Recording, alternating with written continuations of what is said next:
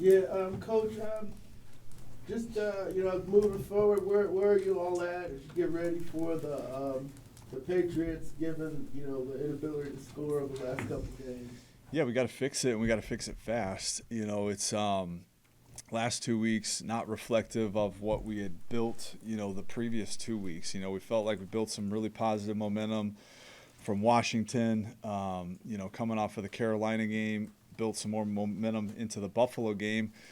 Went short week, San Fran. There was a lot of things to clean up in that game, and then obviously last week, we just got to play a lot better across the board. We got to coach better, all those things. But told the guys like we're still 2 weeks removed from what we had against Buffalo, and so we haven't forgot how to play. We still have good players. We have good coaches.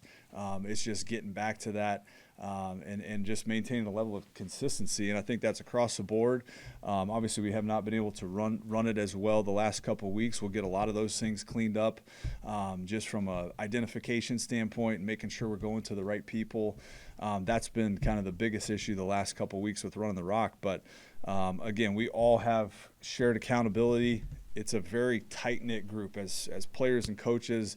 It's one of the tightest groups of guys I've ever been around, and so it feels kind of back against the wall, similar to Carolina when come out against Washington. Great energy, obviously played really well in that game, and so it sucks to be in the same position again, but I have no doubt the response of the guys will be right, and we just got to stack days. We got to have a great walkthrough. We got to have a great practice.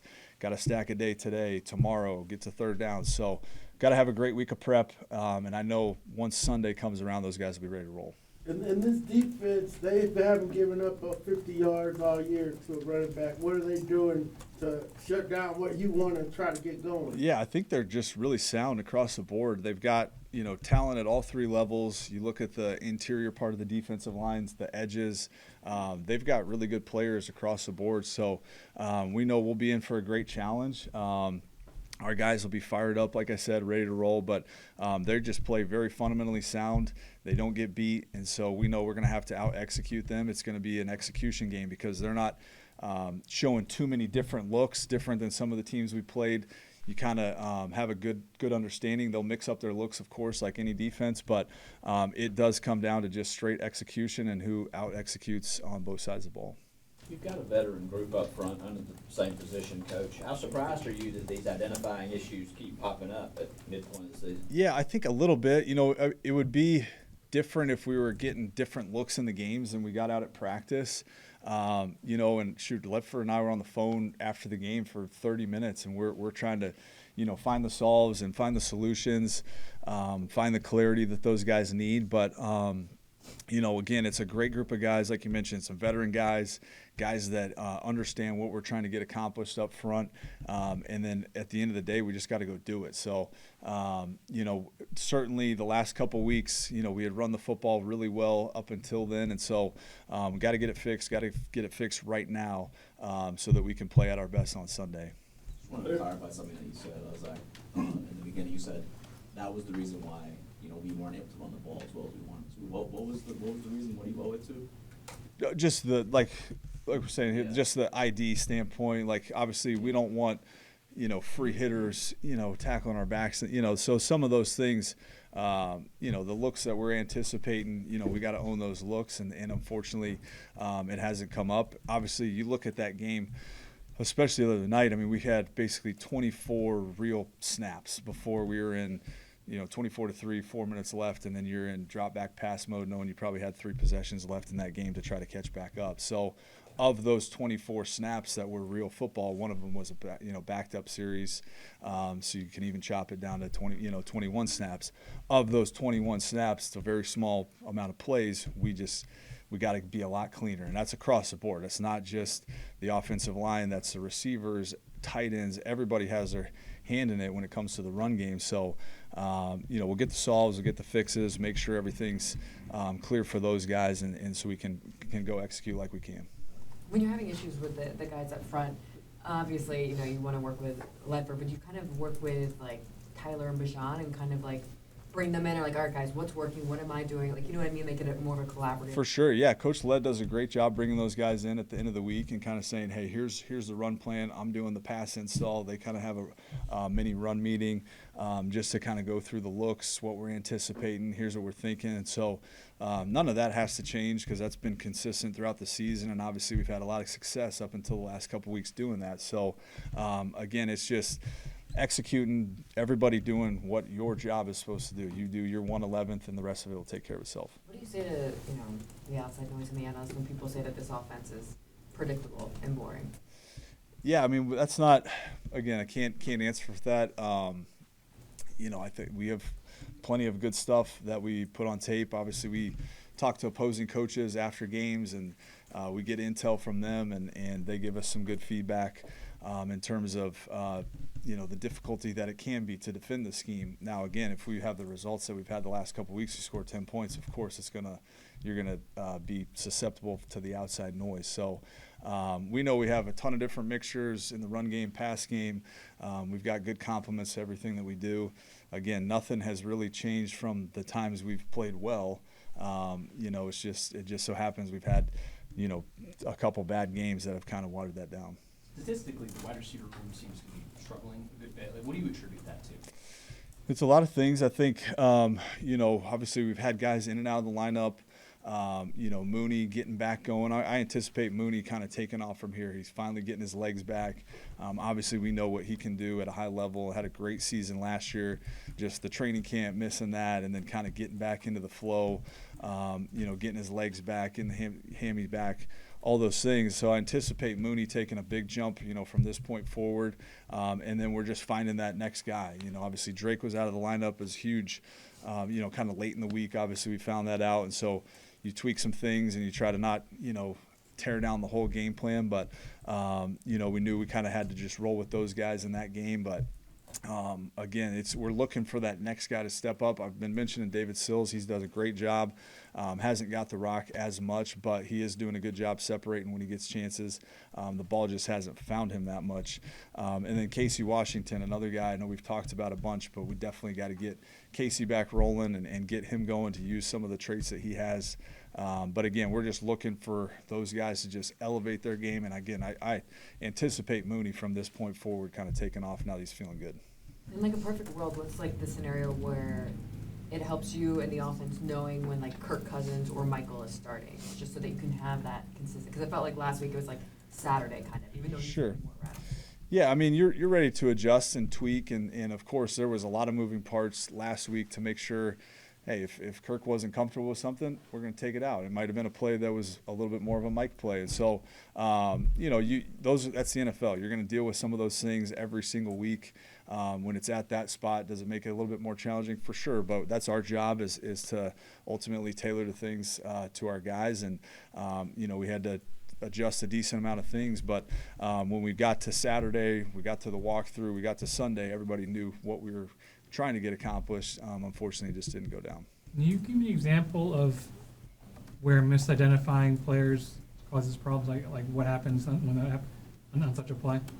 Say that again. Oh, you mentioned like the problems with identifying. Can you give me an example of like kind of how that creates? Yeah, it's just, in the run game, obviously we want to account for everybody that's down in the box. And so when you don't identify those players correctly or you don't get the right calls correctly, then that's where you can have some free hitters and things like that. And ultimately, that's our job to make sure that everybody is on the same page with what the right calls are, making sure we're getting the right looks. Again, a lot of those things were anticipated looks. So, we'll get to the bottom of it, like I mentioned, but it's just making sure that we account for the bodies that we're supposed to be going to. Obviously, otherwise you have, negative plays in the run game, and negative plays in the run game can kill you. Are defenses doing something differently than they hadn't? No, we haven't. We've actually seen simpler looks than we've been anticipating. That last week was a team that had a bunch of different looks get into that game, and they actually simplified a bunch of things, knowing how many moving parts we have on offense, and talked to some of their coaches afterwards, and they said, we just didn't want to screw anything up with all the different motions and all the different things that you guys have. So we've been getting simpler looks the last couple weeks, which makes it a little bit more frustrating for everybody, knowing that, hey, we can own these looks, we can anticipate what's coming, but again, we just got to get it cleaned up fast. Obviously, run game is your bread and butter. You've said that. Everybody know, your opponents all know that. You know, how much do you worry about your counter punches, or do you spend most of your energy, you know, trying to get the punch right before? Sure. Yeah, not worried about that. You know, we had last week, I mentioned we had basically 24 real snaps of football. We have 14 normal down and distance plays where you're not in known passing situations. Of the 14, we actually threw it more than we ran it. You know, so and we had play pass, we had screens, we had quick games. You know, so our counter punches are always going to be there. That's been a staple since last season. You know, we have all the answers that we need in terms of run and pass game, in terms of what we're trying to get accomplished. So, you know, you're always looking for, hey, are they leaning on this? Well, hey, that's why we have this play in the plan. We're going to get to this. So that's our job as coaches, and we have those answers every single week. Again, it just the sample size of plays that we got to run last week was just a little bit smaller than usual. Where's the line philosophically of, you know, I know we can do this. We're going to stick with this because I've seen us do it well. I know we can do it. And, okay, it's just been too long. We got to do something different just because this is not working. Yeah, no matter how I mean, it can work or it had to work. Sure. You know. Yeah, I think, you know, you want to have ultimately an identity, and then you want to have your counter punches off of your identity. And that's where, you know, we do feel good about our run mixtures. We do feel good about our pass mixtures. We won't lose sight of our wide zone. Like that's our bread and butter run. And obviously, shoot, you look back 2 weeks ago, and again, that was hitting well.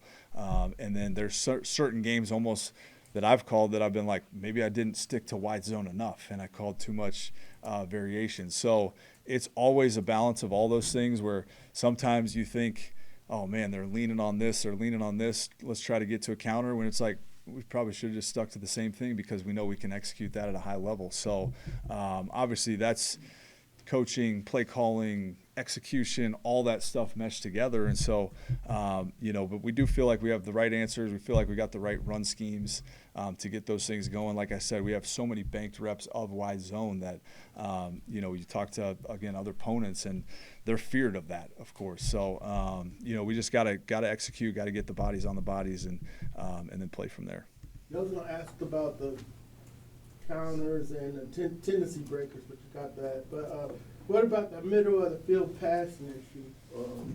There doesn't appear to be a lot of balls going to the middle of the field. Yeah, I can't pinpoint a lot. I mean, obviously everything is coverage predicated.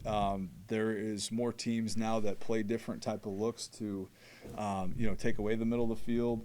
You know, haven't really noticed that from our standpoint when we're just looking at our opponent. We look at, hey, where are the spots on the field that we can attack, and we try to attack those. But I have not personally been concerned with, you know, attacking the middle of the field. If they give us options, all of our route combinations we have outbreakers, inbreakers, outbreakers. So, again, the quarterback's going to throw the ball wherever the coverage dictates it. Sometimes it's outside the numbers, sometimes it's inside the numbers. Were there times that you thought that Kirk and Mooney were definitely off on their connection and route running? Yeah, I think, you know, I know there's the 3rd and 8 that, you know, they actually had 10 guys on the field, and Mooney ran a great route, and, you know, we sailed it, and if he catches it, maybe he scored. You know, those are the plays that happen in a game when you have so few plays that you're like, oh man, you know, if you hit those. Another one was just, you know, a miscommunication on Kirk's part, just getting the right play. So I know a couple of those looked like that for sure. But again, just making sure Kirk's good with everything there, and then you know, obviously we just got to hit the plays when they're there. What was the most surprising element of Kirk on Sunday for you? You know, he hasn't played in a little bit, obviously, but I'm sure he'd be the first to tell you he can play better. We can play better around him is the biggest thing. Like we said, hey, the run game wasn't as clean. We know we needed to run the football in that game, being down, you know, Drake and Mike, and so we didn't give him much of a chance on early downs there. thought there was definitely some good positives, still to draw on. We're late in the game. He's still battling. He's still finding completions when we're down 24-3 in some of those known passing situations. It was basically 2 minutes, for the half of the third quarter and the fourth quarter. So, it was first time being down on the field with Kirk, seeing him on game day. Thought the communication was good. Again, we just got to clean up a lot of stuff around him to help him out too. You mentioned you guys have been getting simpler defensive looks these past couple of weeks. How much do you believe execution is a big part of the reason why you guys are struggling? Well, I think all 31 other teams are preaching the exact same on both sides of the ball. I mean, execution for any high-level offense or defense is always going to be at the forefront. It's a player's game. It's our job as coaches to put the best plan together in order for guys to execute. So I think it's definitely a huge part, especially in the run game, like we mentioned, with a couple things here and there. There's pass game stuff as well, and route detail and different things like that. So, again, we all have shared accountability with it. It starts with me. It starts with us as coaches. We got to make sure that everything is tight on the screws so that guys can just cut it loose and go play on game day. After the game, Raheem said that it looked like or seemed like that Miami's defense had a beat on what you were doing. In your conversations after the game, I imagine something like that would come up. They would say, yeah, we saw X or Y that, Yeah, we didn't feel like that when we watched the tape. Of course, there's a couple tackles in the backfield that it looks bad just optically. But again, we should have body on those, and we should be in good shape for those looks. But we didn't have, it was like 14 plays basically of real normal down and distance offense. So it was tough for any flow to see kind of what they were leaning on, what they weren't. Again, we mixed play pass, we'll mix some screens, we mix quick game, we mix run game in those looks. And then, of course, when you get into 24-3, it's going to be a little bit more drop back heavy, and they can just kind of play top down and make you kind of force stuff underneath. When it comes to mixing in first team reps between Penix and Cousins, how do you anticipate doing it differently this week? Yeah, again, that's kind of up to the medical and up to those guys. I know Mike's feeling a little bit better. Obviously, we'll see what the progress is throughout the week.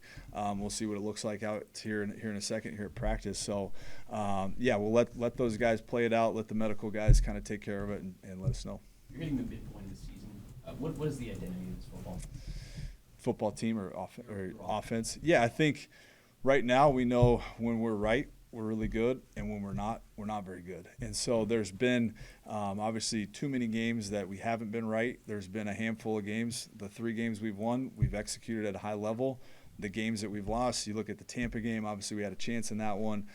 Carolina, we've talked about that one. Last week we talked about that one. Then San Fran, as bad as that game felt at times, we did have opportunities later in that game to, make kind of a dirty game into a possible victory. So we know when we're right and we're executing at a high level, we've proven to be productive, but it's just finding that consistency is the biggest thing. It's the truest measurement of performance, and right now in those 2 games especially, we just have not been very consistent at all. You saw a big bounce back after the performance in Carolina. Do you expect something like that to happen again? Yeah, 100%. Like I said, the guys in that room and like how connected the coaches, players are, it's a genuine joy being around everybody. Everybody enjoys being around each other. Everybody can look each other in the eye after the game. Man, that's my bad. And they'll apologize almost on certain things. We have such good dudes that they take ownership. I'll take ownership. Oh man, I didn't like that 3rd and 1 call. Blah blah blah. That's what football is, and that's when you have a good team. You have a bunch of good guys all working towards the same thing, and so we have that with our group on offense. Like I mentioned, the players, they love playing football. They love being around each other. The coaches, we have a great relationship. The players and coaches together, we're able to still, in the tough times, enjoy each other. And even though it's doom and gloom on Mondays after a loss, we're still able to communicate and get right to what we need to get to for the next week. Time for one more. There's a lot of talk about execution and it not happening. How do you actually get that out of players? Yeah, I think you just got to make sure that practice is set up the way that you need to. you get the right looks. Obviously, we've had a couple short weeks. You know, you go from a Monday night to a Sunday night game, and so you don't get those live practice reps. Only way to get better at football is practicing football. And so that was a challenge in the San Francisco game. And then last week we were kind of banged up. We didn't get as many reps on Wednesday as well. So you need those live reps. We'll get those live reps out there today because, you know, repetition is the mother of learning. And those guys will get those live reps, see the live bullets. The walkthroughs are one thing. They're great. You have to have them just because of the time constraints that we have. But we got to get those live reps so that those guys can feel what it's going to feel like in game in order to make those adjustments necessary. Yeah, Coach, what are some of the things you all are working on to get prepared for New England and Drake May and weapons they have? Right. Yeah, it's a tremendous challenge.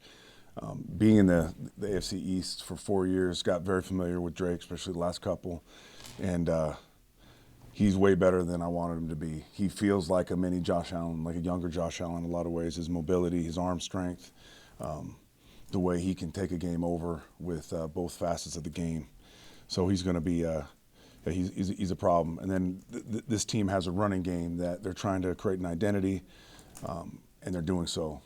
You could tell it feels a lot like the Titans teams where you were going to get 30 to 40 duos, doubles in the game, and they were going to hand the ball off to Derrick Henry. Well, they're doing the same thing now with Ramondre and the stable of backs that they have, and they've been tremendously physical and tough and efficient on offense, and they're catering to this quarterback too, as far as, you know, give him easy completions, easy reads, and he's doing a good job. At Devon's spot, are you fine with JD, or do you have to look at D'Angelo or Josh Woods or even maybe McDavid? Yeah, we did a little bit of by committee this past game, you know, where JD had a portion of it, which he did a nice job. Ronnie Harrison played a little bit in that position.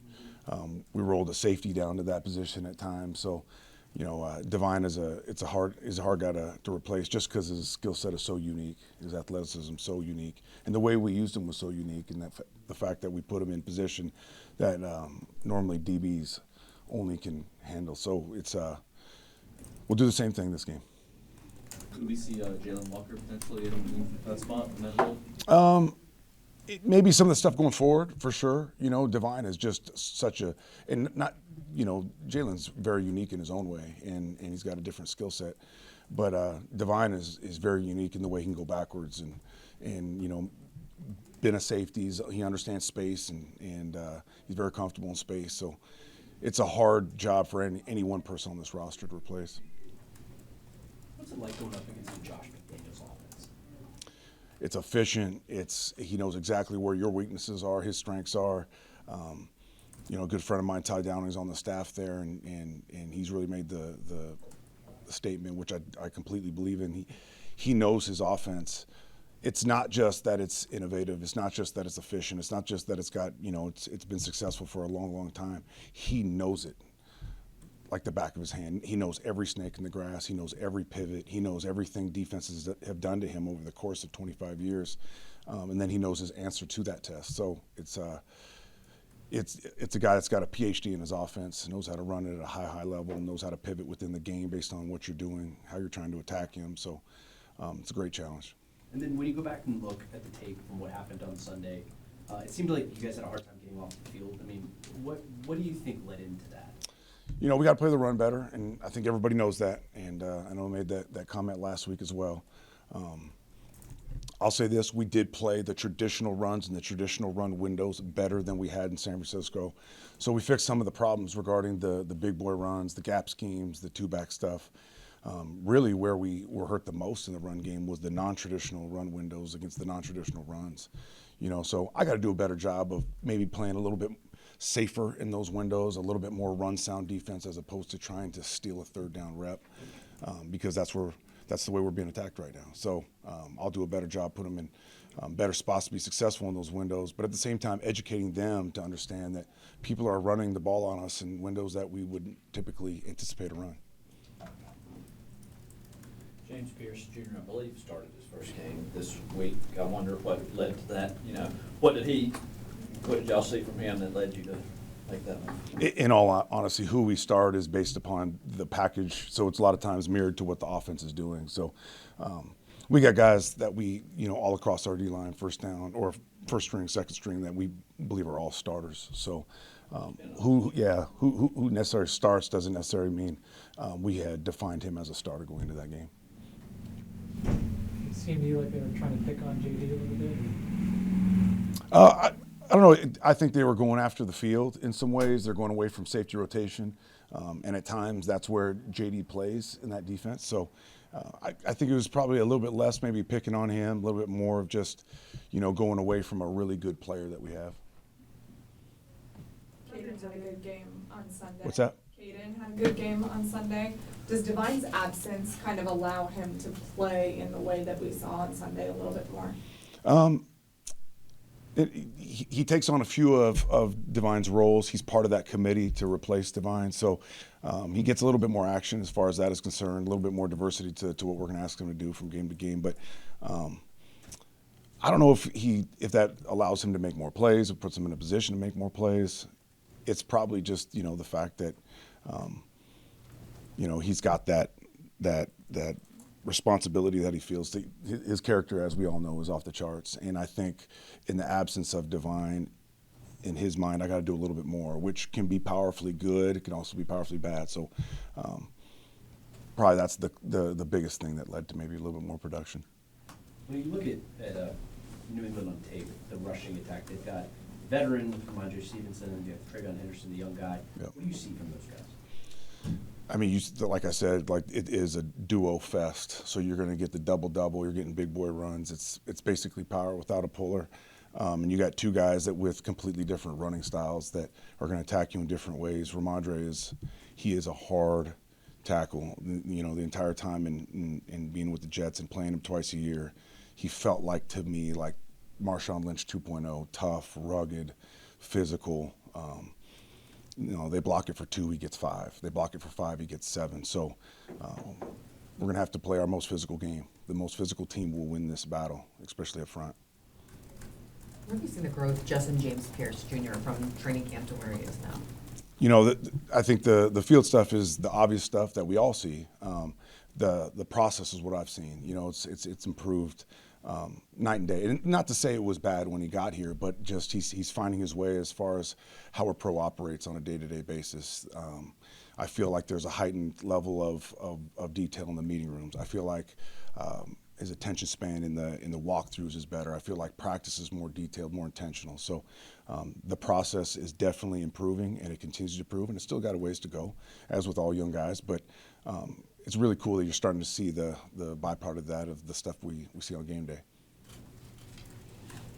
Do you feel or see the frustration from Jalen, where he just seems like he's been battling injuries kind of at the beginning and during? Do you feel that from him? Yeah, especially, whenever you get someone with that type of DNA, with that unbelievable love for this game and love for his teammates, and he feels that strong obligation to do his part to help us be successful. It is ultra frustrating for those type of guys. So I've just seen him itching and scratching and fighting, and he's done everything humanly possible to get ready, and hopefully he'll be ready this week.